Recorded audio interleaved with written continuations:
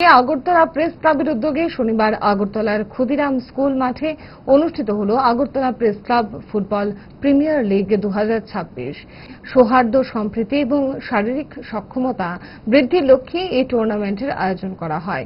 এদিন প্রতিযোগিতার উদ্বোধন করেন রাজ্যের ক্রীড়ামন্ত্রী টিঙ্কু রায়। অনুষ্ঠানে উপস্থিত ছিলেন আগরতলা প্রেস ক্লাবের সভাপতি প্রণব সরকার সহ সহসভাপতি চিত্রা রায়, সম্পাদক রমাকান্ত দে, স্পোর্টস সাব কমিটির চেয়ারম্যান অলোক ঘোষ, কনভেনার অভিষেক দে, ত্রিপুরা ফুটবল অ্যাসোসিয়েশনের সম্পাদক অমিত চৌধুরী সহ প্রেস ক্লাব ও ক্রীড়া জগতের বিশিষ্ট ব্যক্তিরা।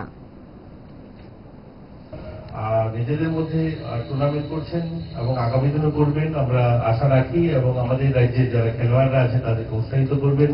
এবং এটাই একমাত্র বিকল্প, যে নেশামুক্ত ত্রিপুরা নির্মাণ, এটা একমাত্র প্রচার প্রসার এবং মাঠমুখী করে রাখা ছেলে মেয়েদেরকে, এটা একটা বড় মাধ্যম। যাই হোক, আপনারা তার মাধ্যমে, আপনাদের এই প্রতিযোগিতার মাধ্যমে এই প্রচার প্রসারটাও করছেন, উৎসাহিত করছেন ছেলে মেয়েদেরকে, এবং আমরা আশাবাদী আগামী দিন আমাদের রাজ্যের ছেলেমেয়েরা ভালো করবে, এটা নিয়ে আমরা এগোচ্ছি।